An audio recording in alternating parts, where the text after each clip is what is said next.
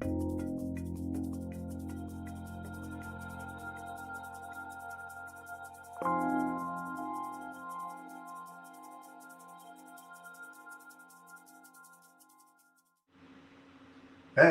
hello everyone. This is Chef Rick Moonen on Ruby Live. I just want to thank all of you for signing in today. Um, I wanted to talk about a subject that has been on my mind for a long, long time, and it's comfort food. The things that make you feel happy. The happiness factor is really what I should have called this discussion today. And I want it to be a discussion. I like interacting from everyone listening as well, asking questions, coming up when we try to define the new fine dining cuisine. Because fine dining is finding a different definition. Something that'll never go away in my mind is what comfort food is. And it's not something new. Comfort food isn't something that has been, just popped out of nowhere. It's been developing. We've been growing up in our families, our homes, our food experiences, and everything that comes along with it gives us a certain sense of well-being. And in a time like now, especially, where things are tense, there's a lot of unrest all over for many, many, many different reasons. So I think that comfort food is a suitable topic for today. So really, the word or the term comfort food, it's been traced back to at least 1966. And Palm Beach Post used it in a story. They said that adults, when under severe emotional stress, like now, turn to what we call comfort food. Food associated with the security of childhood, of being brought up by your mother's poached egg or famous chicken soup. Um, it's a thought that has been it's the lady sitting on the couch at the end of the day that's depressed eating a big old thing of Haagen-Dazs or something. So consuming these energy dense, high calorie, high fat, high salt, sugar foods such as ice cream with chocolate, French fries, they trigger the reward system in the human brain, which gives a distinctive pleasure or sense of emotional elevation and relaxation. And this is scientifically proven. So what I want to talk about is soups, stews, braises, casseroles, chocolate, ice cream. All of these things are very specific to your ethnic background in many cases, or where you grew up. Or like in my case, when I was 12 years old, I got a paper route, and I was in New York, and I was delivering to apartment buildings, and we had a very ethnic, diverse neighborhood. And when I was going to collect at the end of the week, to collect for the newspapers, the doors would open, and I would get these wafts of what was being cooked for dinner, and it just stuck with me as an intrigue of all of the different flavors and foods and smells that were being used outside of my world. My mother, German Irish, and my father, Dutch. So we wouldn't eat lamb in the house. My father didn't like lamb, the taste, smell, or anything of it. I didn't learn about lamb until later on in my life. And now, comfort food to me, like a perfectly braised lamb shank, is just off the charts. So, happiness factor. This is what I'm coining because I think you live longer, happy. We talked about balance. Ken and I had a live event a couple of weeks ago. We talked about balance of our lives, balance of flavors, balance of textures, and balance of everything. But when things are in perfect harmony, we're healthy. We have less stress. So when you're happy, when you're comfortable, when you're eating something that is bringing you that sense of comfort, it lowers your blood pressure. Your heart starts to beat at a normal rate. And when your blood pressure goes down, that helps to protect against heart disease. Now, everything that I'm telling you is not completely understood scientifically. This is sort of the world according to Rick Moonen. But I mean, contentment supports a healthy immune system, period. When you're not stressed, your digestive system is in a much happier place. There's more harmony going on. It reduces the risk of colds and chest infections because of your immune system being stronger. And that's just from happiness. So, between braised lamb shanks and everything else, how do we apply that to right now? I like to see, all right, when you're in a situation where you're not sure where the future is, and I think that pretty much defines where we are today. You look at the need factor. What is needed? Well, what I just outlined, the happiness and the comfort factor, is a bigger pill than the pharmaceuticals or whatever. The diet, the balancing of the diet. You can't eat high carbohydrate, sugar, high salt every single day, but there's a certain connectedness, and that connectedness is stronger than anything else. And this is proven scientifically. Like a smell, your olfactory, your nose and your palate, and everything associated with it gives you such a strong memory flashback to the comfortable times of your life when you were being nurtured by your family and your friends. So all of that, how do we translate that? And so that is needed today. So the demand is high. Comfort food, how we define it is really the most important thing. And we have so much more technology, so much more understanding of food and balance and flavors and how to bring them together. Not too long ago, I had a long conversation with Chef Alan Van Aken from Florida. This is a man that he created what we call fusion, and that's taking cross-cultural influences and bringing them together in a manner in which we call the new American cuisine.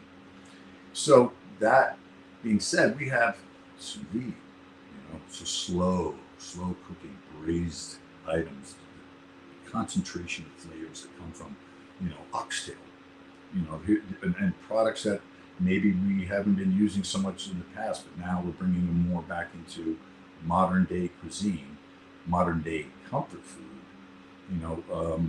Burrata. We haven't burrata in order to add that creaminess, the richness of burrata, a sweet dessert. Didn't hear burrata a couple of years ago. Now burrata's on every single menu that you can possibly imagine. How about budino? Budino is just means pudding in Italian, but it's Italian. It's cool. It's got a little bit more to it. And if you serve it at room temperature, it's got this deep, rich butterscotch pudding memory growing up, and maybe it was an instant butterscotch pudding, but it still takes you straight back into that. And for healthier alternatives, and I'm going to get into some questions in a minute, and I hope that we can deepen this thought process. But there's a strong association with just chicken soup. All right. Anyway, let me get into some questions. Adam asks, what are some classic comfort foods for hot weather? Okay, 47 days into triple digits here in Las Vegas. I know exactly what you're saying, Adam. Flavors that brighten up your palate. Obviously we want cooler flavors, spicier foods.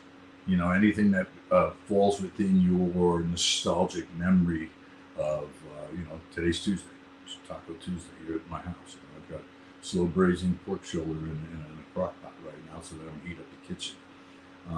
But you get gazpacho, and gazpacho is just explodes on your palate. All you need is a blender and some fresh vegetables and some balance of flavors, some good acidity. And gazpacho just isn't, almonds and leftover bread and grapes. That's the classic white gazpacho. But you have an infinite number of flavor, watermelon and cucumber and tomato and honeydew melon and some acidity and salt.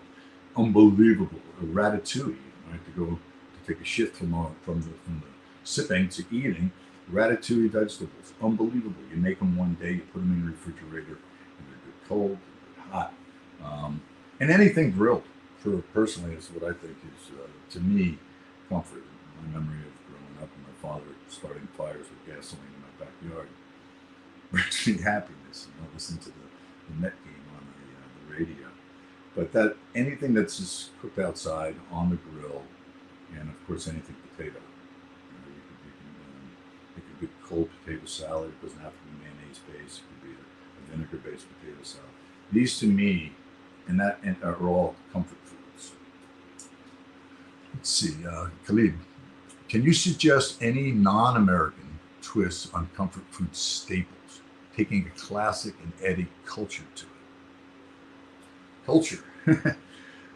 Yes, I like to load up my pantry with flavors that represent certain strong representations of what I consider balanced necessities. So salty.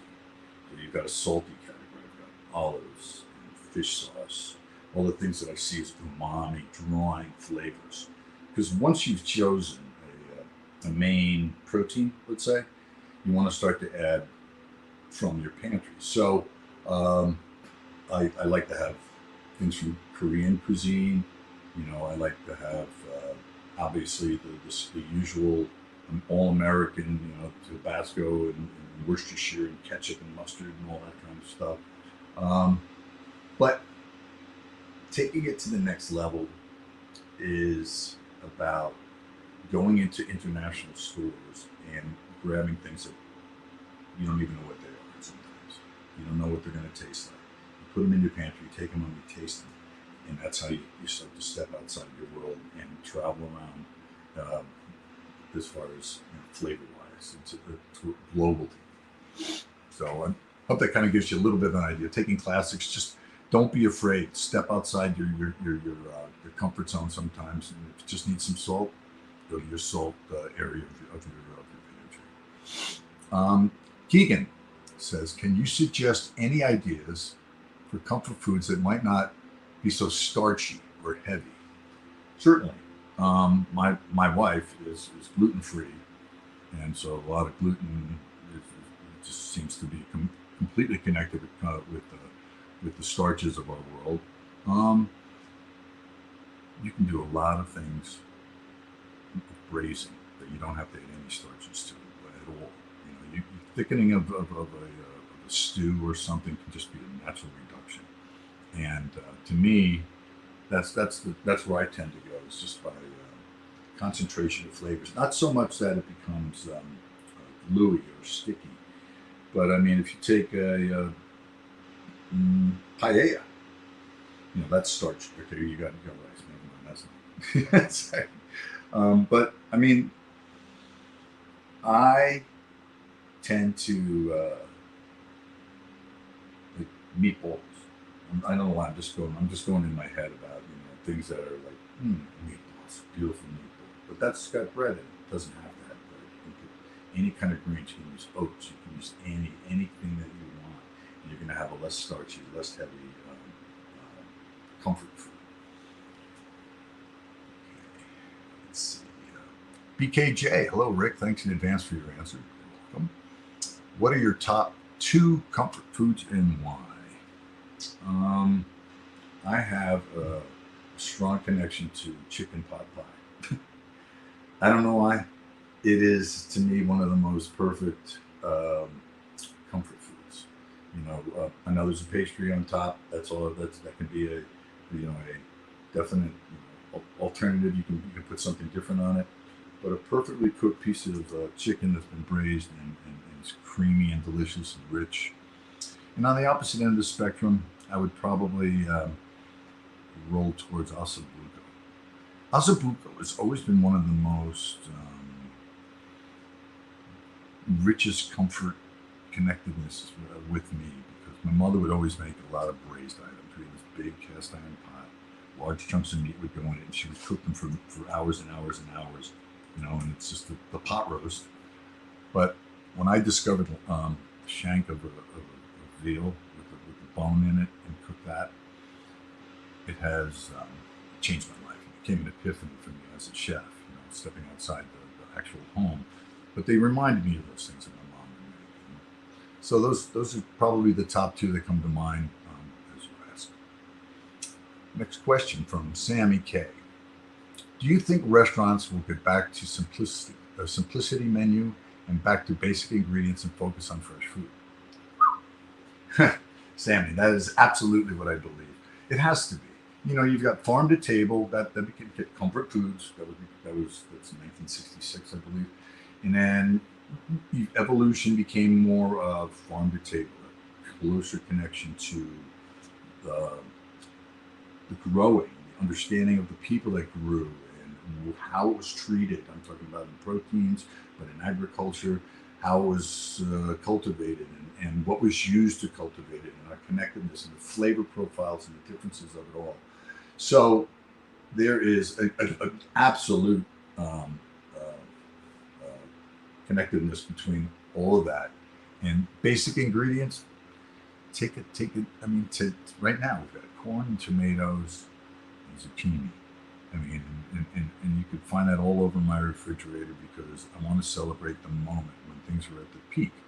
And that is what cuisine and fine dining you can take and just make it a little prettier. But at the end of the day, it's really that comfort connectedness that makes it most successful. So, from Blanca, wine pairing is confusing to me. When I look online, for example, chicken marsala wine pairing, it gives me white and red options. I wish it could be simpler. Well, this is how I've developed my understanding of wine pairings, beverage pairings, beer pairings, whatever, cocktail pairings. It's about experimentation because you can't intellectualize always on, what's the perfect pairing. I mean, it's easy to say, okay, foie gras and a sauterne, there's sweet wine, delicious, and the fattiness and the sugar and the fat and the salt all meld together to be perfect. But sometimes if you make a dish that's got a little bit of spice to it, a little heat, a little pepper flakes, and some extra, cayenne or something that's bringing in the Scoville units. What are you going to serve? Don't make it so uh, difficult on yourself. Taste things. You know, uh, Usually when something is spicy like that, you want lower alcohol because alcohol and heat, spice, blows up in your mouth, turns you into like a dragon on Game of Thrones. You don't want to do that.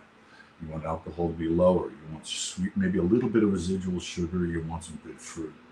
And I just described to you exactly what a Riesling grape does in a bottle. You've got Pinot Noir. Pinot Noir is a wonderful grape.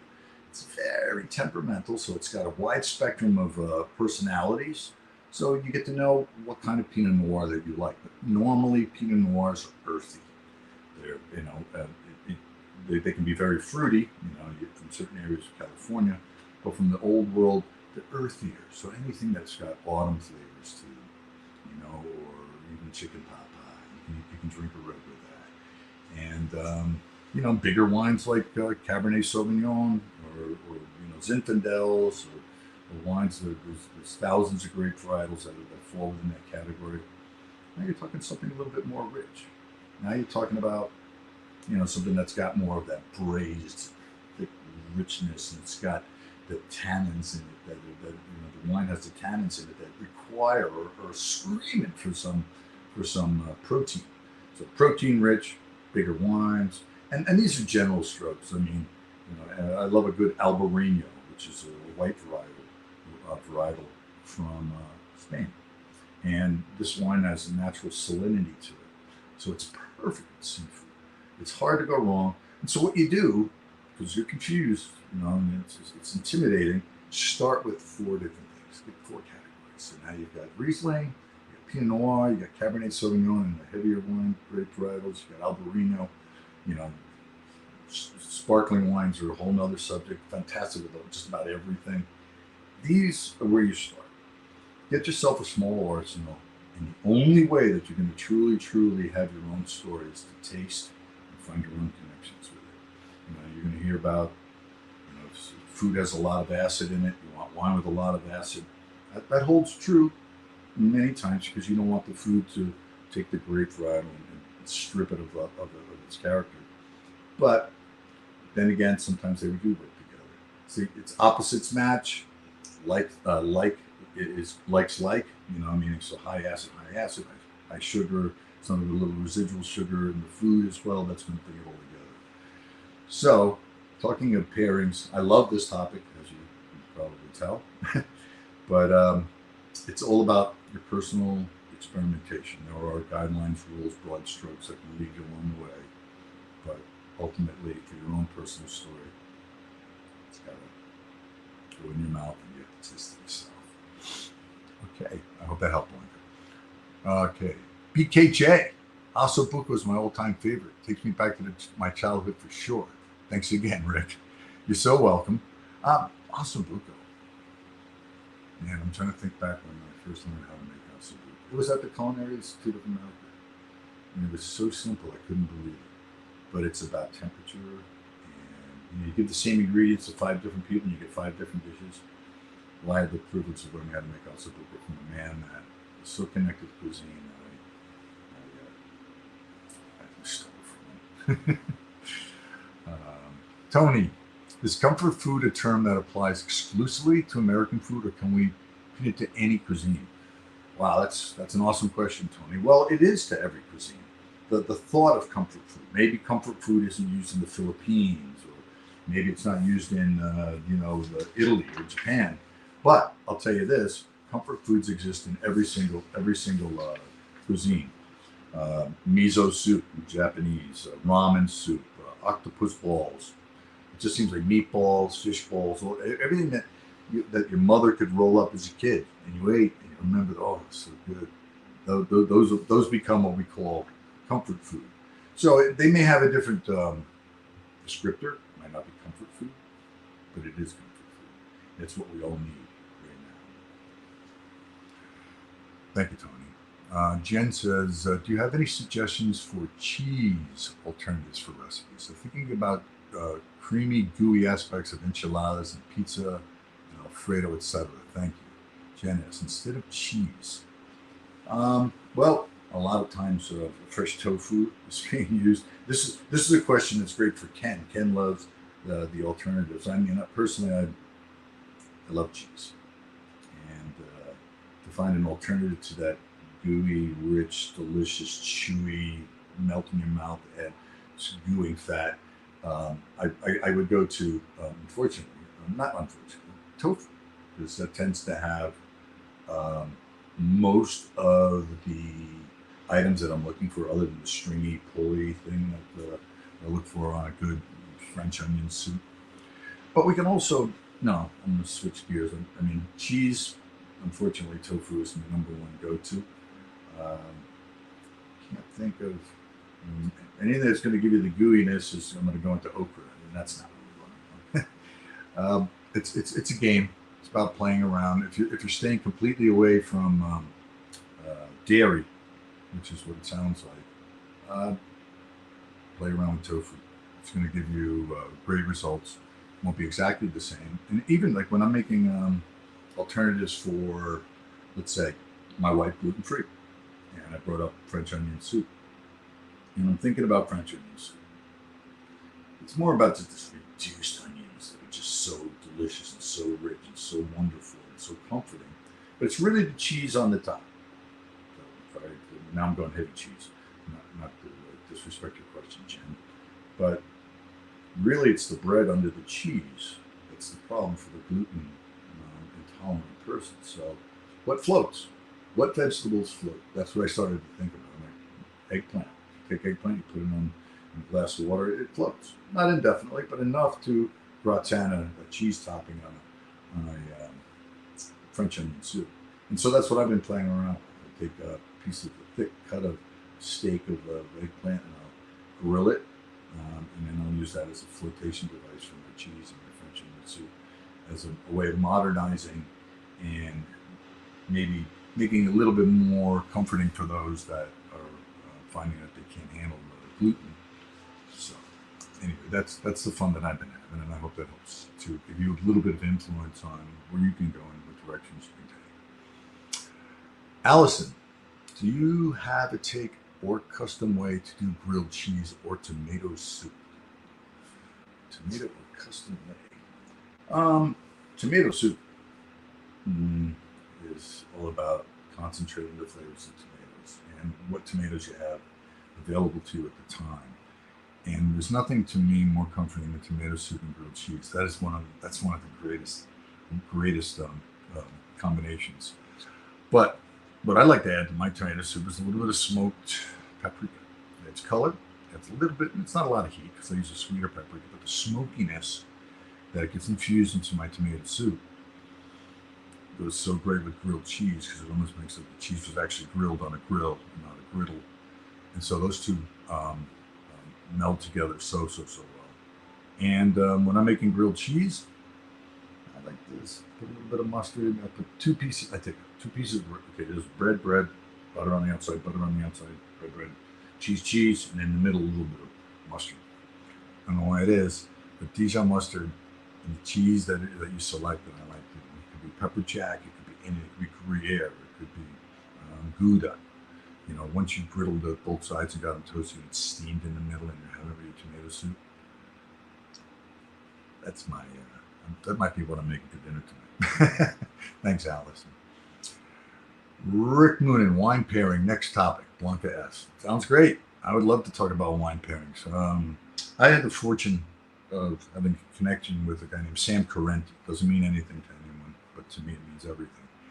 And I was a chef at the Water Club in New York City in the 80s, in the early 90s. And we had this ongoing competition between the two of us to come up with pairings that would work. And he had an arsenal of wines, behind him. He would just tell his purveyors, look, I'm looking to change the Chardonnay. Send me what Chardonnays, here's the price point, range. So he would have an arsenal of things. He didn't want to sit down with purveyors or the wine merchants and taste wines with them because they always pressured you. So it's just give me the wines, I'll do the selection.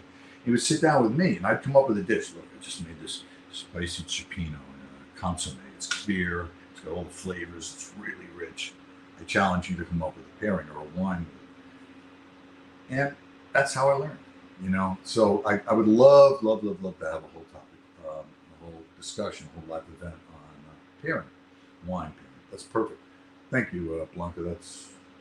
I will take that to heart and do so. Next question from John.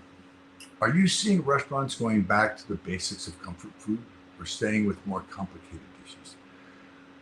Well, those are two different questions in a way to me. I do see restaurants going back to more comfort foods, especially now when a lot is curbside pickup or, just people ordering online and coming to restaurants, or it's either being delivered or they're picking up. And there's a lot more comfort food focus going on in that category, as well as even in dining. But you always want to give the perceived value to the guest, to the customer. You want to make sure that they feel as though, okay, that it was worth their while to take a shower, get dressed, take a chance, wear a mask, come in, sit down and eat or dine in your establishment. So you make it, the presentation changes slightly, but the concept of it all remains consistent, I believe. Staying home with more complicated dishes, and why I say it's two different things.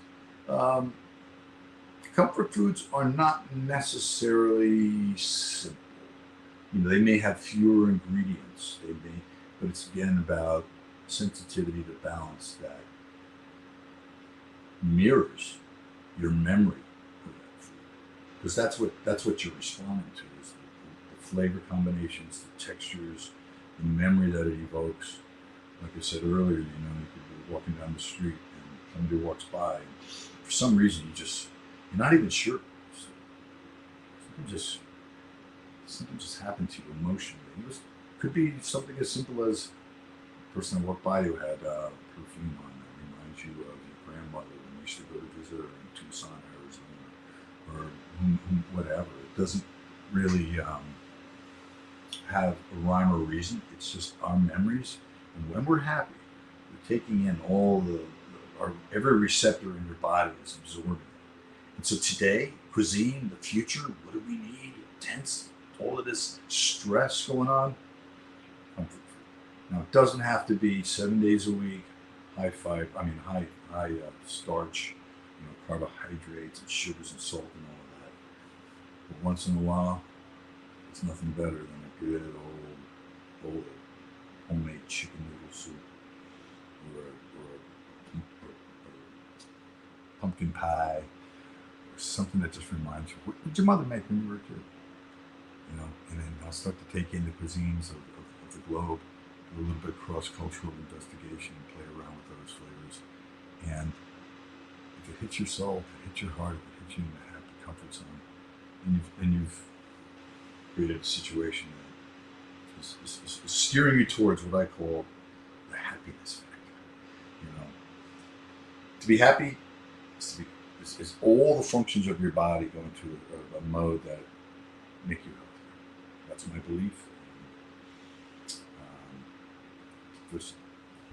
I hope that this has been a relevant topic. If there's no more questions, I'm just going to kind of end this with a wish, a well wish for our future of our industry, of cuisine. The good news is people will always be eating every single day of their lives, and it's up to us to embrace the need for the future. It's going to bring that level of comfort and happiness to people, and to pair it with great wines and great beverage pairings, because beer is a whole nother topic, and even cocktails. Cocktails are great. Don't ever discount cocktails, because as far as pairing in a degustation or food and wine pairing, or food and beverage pairing, because you can change any factor that you want. If it needs a little more acidity, you add it. It's not like out of the bottle, oh my goodness, this is what it is. So it gives you a lot more control over, where you're bringing your pairing. It's at the end of the day, it's personal. It's about you. And I just want to tell everyone that's listening, thank you very much from the bottom of my heart, and look forward to having another live event with you in the very near future. Thank you very much, God bless you.